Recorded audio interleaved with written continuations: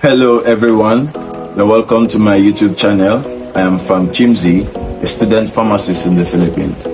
And so today I am going to be summarizing Atomic Habits by James Clear. Now this summary is based on what I wrote down that as I was reading the book, what I learned and what I pinned down, what I feel I should share to you guys. I'll just highlight few things that I learned from the book. So, come with me.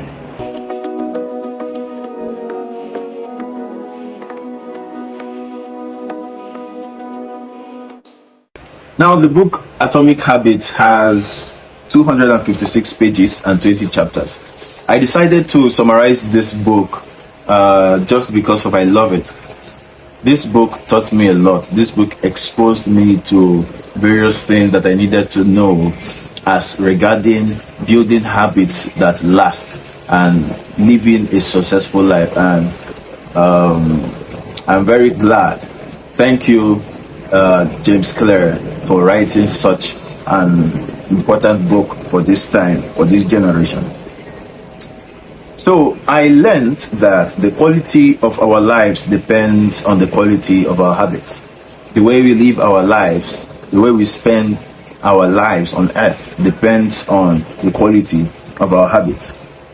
Never outlook or never overlook tiny habits. Never overlook tiny habits. No matter how tiny a habit is, never overlook it, because a slight change in your daily habit can guide your life to a very different destination.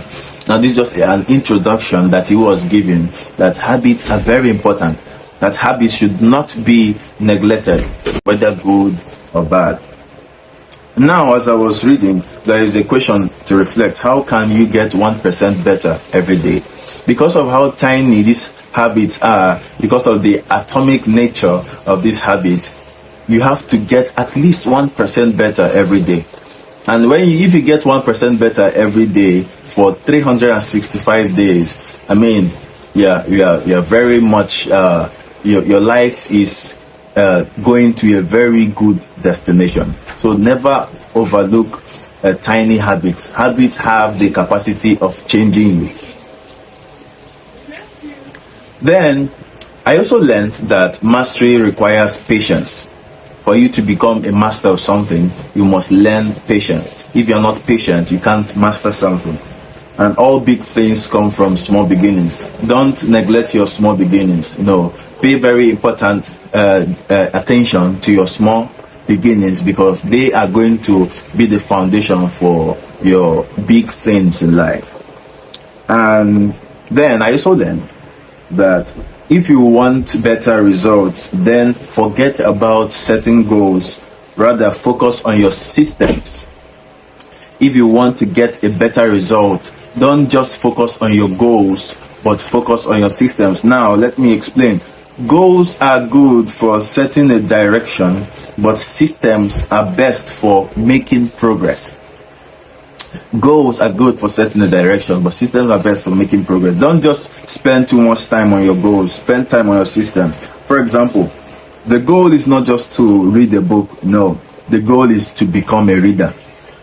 The goal is not just to win the race. No, the goal is to become a runner.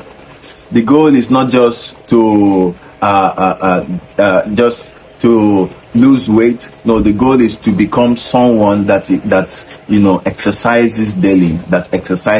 Focus on your systems. Is the most effective way to change your habits is to focus not on what you want to achieve, but who you want to become. So if you want to focus on who you wish to become, not just on what you want to achieve, you are focusing more on your system. You are paying very much attention to your system. Then I also learned that becoming the best version of yourself requires you to consciously edit your beliefs and to upgrade and expand your identity. Becoming the best version of yourself requires you to consciously edit your beliefs. It means that there are some things you need to unlearn, and there are some things you need to learn. There are some things you need to relearn. You need to upgrade and expand your identity, because identity matters.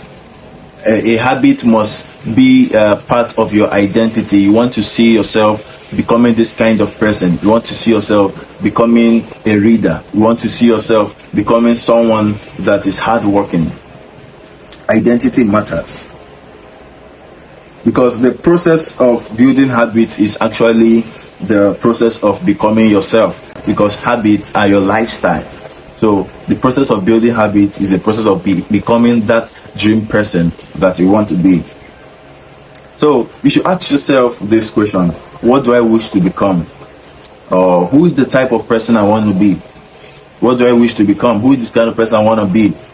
And asking yourself these reflection questions will guide your habits, will guide your goals, and will guide the way you live your life.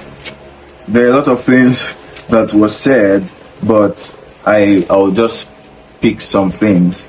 So then I also learned on motivation and clarity. Many people think they lack motivation, but what they really lack is clarity. I mean, clarity for implementing a habit, because you feel that you don't have the motivation to read, you don't have the motivation to do that thing, but yet what you lack is clarity. And there are various strategies that was given for to be able to be clear, to be clarified on the kind of habit you want to be.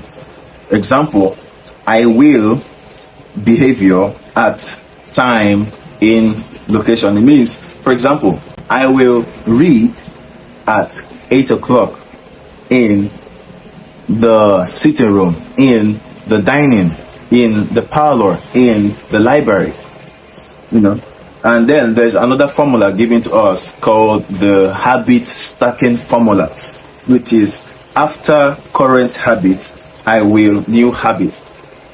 So for example, after I finish drinking my coffee, I will read a book. After I finish playing the games, I will go to the gym. These are various formulas. So you write them down that after I finish doing this, I will do this habit. So you place your current habit and stack it with your new habit. I also learned that you should surround yourself with people who have the habits you want to have yourself. Surround yourself with people that have the habit that you also want to have, because you will rise together. It's very, very important to pay attention to your surroundings, to pay attention to your environment. And one of the most effective things you can do to build better habits is to join a culture where your desired behavior is the normal behavior, and then that you already have something in common with the group. Your environment matters. The people around you matters in building a habit. Okay, I also learned that if you want to master a habit, the key is to start with repetition, not perfection. Repetition, not perfection. And repetition is necessary. If you want to start a habit, you have to repeat it. You have to repeat it. Mastery requires patience. You have to repeat something over and over and over to get used to it, to become a master at it. Okay? Then, it is crucial to make your habits so easy that you will do them even when you don't feel like it. When you want to start a new habit, it is very important to make your habit so easy.